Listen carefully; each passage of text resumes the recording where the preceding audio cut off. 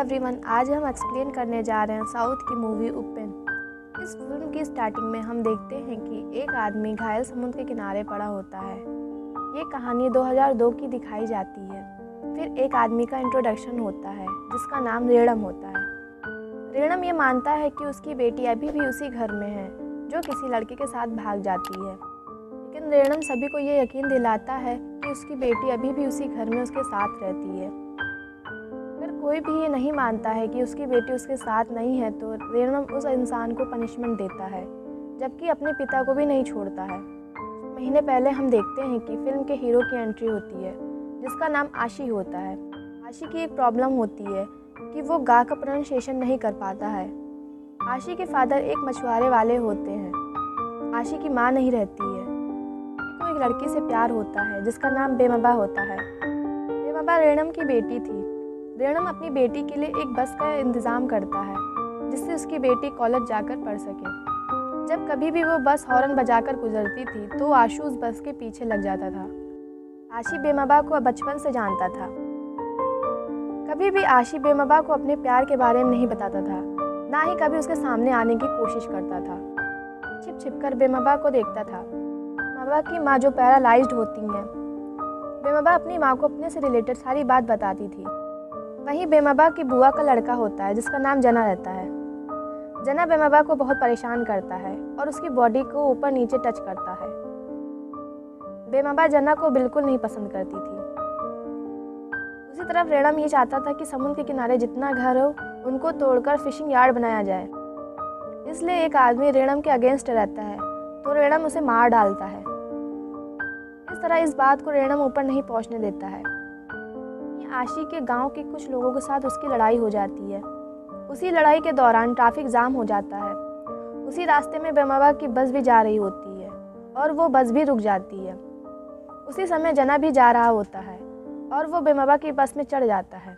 जना बेमबा को अपनी बाइक पे ले जाने की कोशिश करता है। जब जना बेमबा को हाथ पकड़ के बस के नीचे लाता है तो बाय मिस्टेक जना को एक पंच मारता है जिससे जना नीचे गिर जाता है।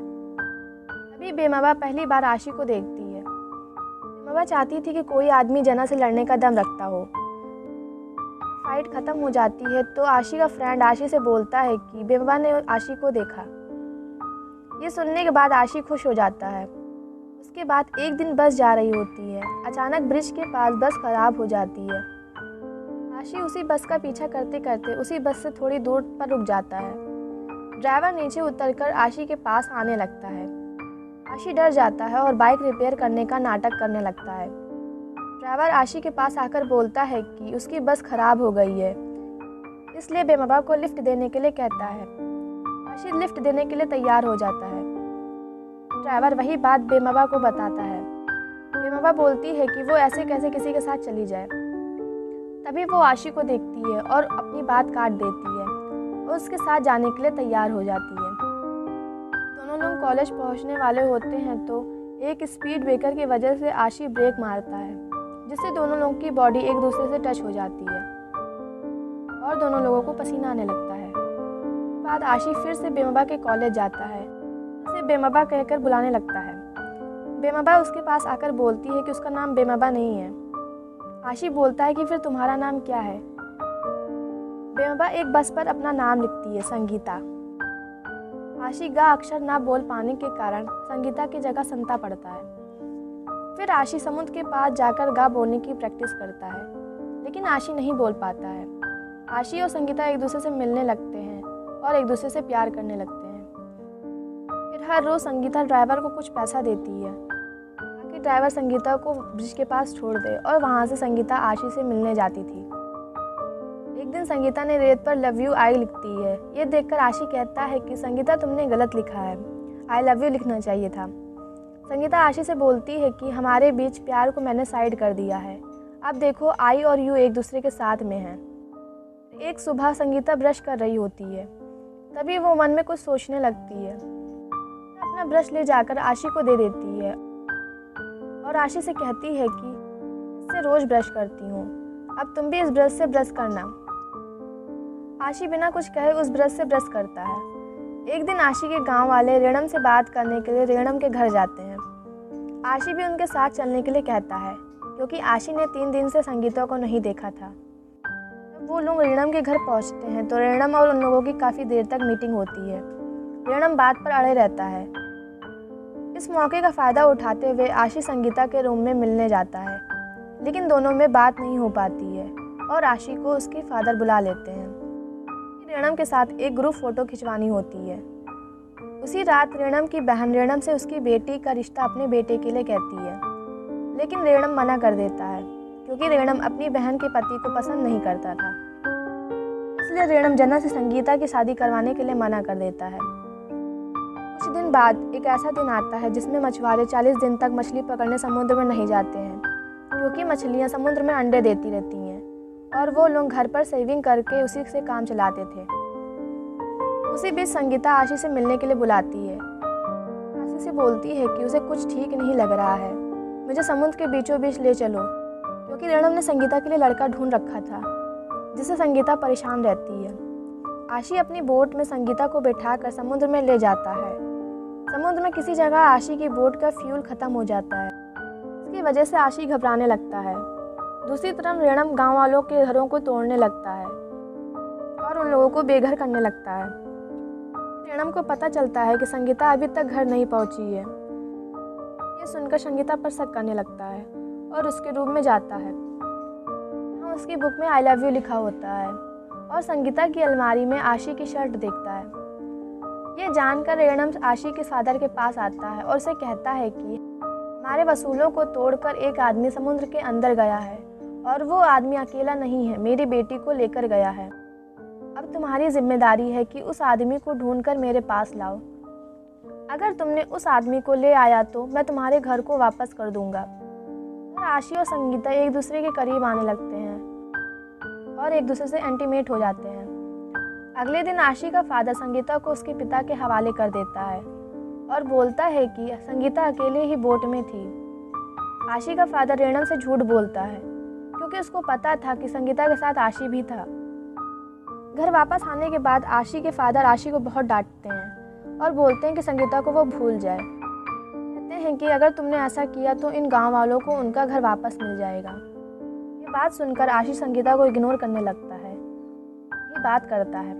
दूसरी तरफ रीणम को शक होता है कि संगीता के साथ कोई दूसरा इंसान भी था।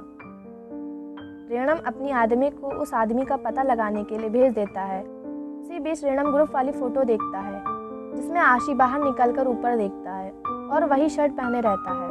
इससे रीणम को पता चल जाता है कि आशी वही आदमी है। इसके बाद रीणम आशी को मारने के लिए अपने आदमी भेजता है। उन लोगों में बहुत फाइट होती है। उसके बाद आशी घायल हो जाता है जिससे उसे हॉस्पिटल में एडमिट कर दिया जाता है। दूसरी तरफ आशी के फादर की डेथ हो जाती है। रीणम अपनी बहन के पास फ़ोन करके संगीता की शादी जना से करवाने के लिए तैयार हो जाता है। आशी अपने फादर को बहुत मिस करता है और बहुत ही इमोशनल हो जाता है। इसका बदला लेने के लिए आशी रीणम के घर जाता है। वहाँ जाकर उसे पता चलता है कि संगीता अपने कमरे में नहीं है। आशी अपने घर वापस आता है और संगीता को देखता है। कहती है कि प्लीज़ आशी मुझे यहाँ से कहीं दूर ले चलो। तभी वहाँ पर रीणम आ जाता है और आशी पर हमला करने लगता है। आशी किसी तरह बचकर संगीता के साथ एक ट्रेन में बैठ जाता है। तब वो दोनों उस गांव से दूर चले जाते हैं। रीणम के आदमी रीणम को सारी बात बताते हैं। रीणम बोलता है कि तुम लोग कुछ भी करके मेरी बेटी को वापस लाओ। रीणम समझने लगता है और गाँव वालों को और आसपास के लोगों को यकीन दिलाने लगता है कि उसकी बेटी उसी घर में है। इसी तरह आशी और संगीता एक गांव में पहुंचते हैं और बहुत ट्रैवल करने के बाद कोलकाता पहुंच जाते हैं। एक दिन आशी नहाकर बाहर आता है तो संगीता उसके पास जाने लगती है। ये देखकर आशी संगीता को बहुत डांटता है और उसको मारने के लिए हाथ भी उठाता है। रात में आशी संगीता को समझाता है कि मेरे पिता की डेथ हो गई है, मैं ऑलरेडी बहुत परेशान हूँ, इसलिए मुझे समझो। दोनों ट्रैवल करके सिक्किम के गोंगट एरिया में पहुँचते हैं। संगीता को एक गर्ल्स हॉस्टल में ले जाता है। वो औरत 1 महीने का 3000 रुपये मांगती है, लेकिन आशी के पास उतने पैसे नहीं होते हैं और आशी उस औरत से बहुत रिक्वेस्ट करने लगता है।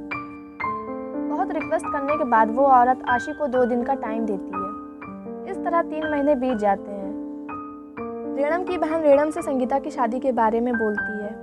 ऋणम बोलता है कि अभी 3 महीने बचे हैं, उन 3 महीने के अंदर अपनी बेटी की शादी तुम्हारे बेटे से करा दूंगा। उसे जाने के लिए कहता है। दूसरी तरफ आशी बहुत मेहनत करता है जिससे संगीता के हॉस्टल में रहने का रेंट पे कर सके। आशी का ओनर उसकी ईमानदारी देखकर आशी को 3000 रुपये दे देता है, लेकिन संगीता आशी के साथ रहने के लिए कहती है। वो दोनों अलग अलग जगह रहते थे। संगीता बोलती है कि जब तुम मेरे पास थे तो ऐसा लगता था कि तुम मेरे पास हो, लेकिन आज हम साथ होकर भी साथ नहीं हैं। ये सुनकर संगीता पर गुस्सा करने लगता है और कहता है कि उसे बहुत सारे काम हैं और संगीता की भी जिम्मेदारी है। इस तरह इन दोनों के बीच झगड़ा होने लगता है। आशी संगीता को कुछ पैसे देकर बोलता है कि अगर तुमको अपने बाप के पास जाना है तो जाओ। संगीता अकेले बैठकर बहुत रोती है, ना ही आशी उसके पास रहता है। इस बार जब संगीता आशी को देखती है तो उसे गले लगा लेती है और आशी से जिद करने लगती है कि वो जहाँ भी रहेगा वो उसके साथ रहेगी। आशी संगीता को अपने छोटे से घर में लाता है। आशी उसके करीब जाने लगता है। संगीता पीछे हट जाती है और बोलती 3 दिन नहीं हो पाएगा क्योंकि लड़कियों की प्रॉब्लम होती है। कुछ दिन बाद आशी संगीता डिसाइड करते हैं कि वो एक दूसरे से शादी करेंगे। ये सुनकर संगीता बहुत खुश हो जाती है और ये बात अपनी माँ को बताती है। उसकी माँ ये सुनकर रोने लगती हैं। आशी और संगीता एक रेलवे स्टेशन पर होते हैं और तभी ऋणम के आदमी आकर संगीता को ले जाता है। आशी वहीं बैठकर बहुत रोने लगता है। उसी तरफ ऋणम संगीता को वापस घर लाकर उसे खाना खिलाने लगता है, लेकिन संगीता खाना नहीं खाती है। ऋणम अपनी बेटी को 2 सच्चाई बताता है कि आशी ने फ़ोन करके वो लोग कहाँ रहते हैं इसकी खबर दी है। आशी तुम्हारे साथ ज़िंदगी नहीं गुजारना चाहता था। ऋणम संगीता से क्वेश्चन पूछता है कि तुमने इन 6 महीनों के बीच कभी इंटीमेट किया था। ऋणम बोलता है कि मुझे पता है कि तुम कहीं और आशी कहीं और रहता था। क्या तुम इसकी वजह जानना चाहती हो और ये क्यों हुआ? अपनी बेटी को बताता है कि एक दिन ऋणम के आदमी आशी को मारने गए थे। इस तरह ऋणम आशी और उसके फादर को कहीं दूर लाता है और आशी से बोलता है कि मेरी बेटी के करीब आने की वजह तुम्हारी मर्दानगी है। ऐसा कहकर ऋणम आशी का पेनिस काट देता है। ये देखकर आशी के फादर को हार्ट अटैक आ जाता है और वो वहीं मर जाता है। कुछ लोग आशी का इलाज करवाते हैं, जिसके कारण आशी संगीता के करीब आने से उसके ऊपर गुस्सा करता था। आशी ने तय किया था कि आशी संगीता को सारी सच्चाई बता देगा, लेकिन आशी संगीता को कुछ नहीं बता पाता है और अंदर ही अंदर आशी घुटता रहता है। लेकिन जब संगीता ने शादी के बाद बच्चे की मांग की तो आशी समझ गया था कि वो उसको बच्चा नहीं दे पाएगा। इसलिए आशी ने ऋणम को फ़ोन करके उसको पता बताया। ये सब सुनकर संगीता बहुत रोती है।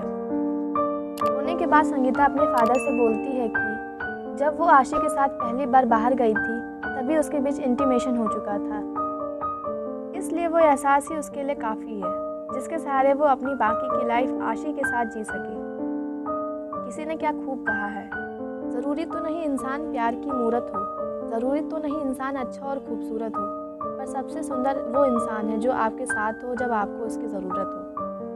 संगीता को इस बात से कोई भी फ़र्क नहीं पड़ता था कि आशी मर्द है या ना मर्द। संगीता आशी से बहुत प्यार करती थी और उसके साथ खुश रहती थी। लास्ट में ये दिखाया जाता है कि संगीता आशी के साथ रहने लगती है और आशी जैसा भी था उसको एक्सेप्ट कर लेती है। इस तरह इस लव स्टोरी का डी एंड होता है। अगर आपको ये वीडियो अच्छी लगी हो तो लाइक और कमेंट ज़रूर करें।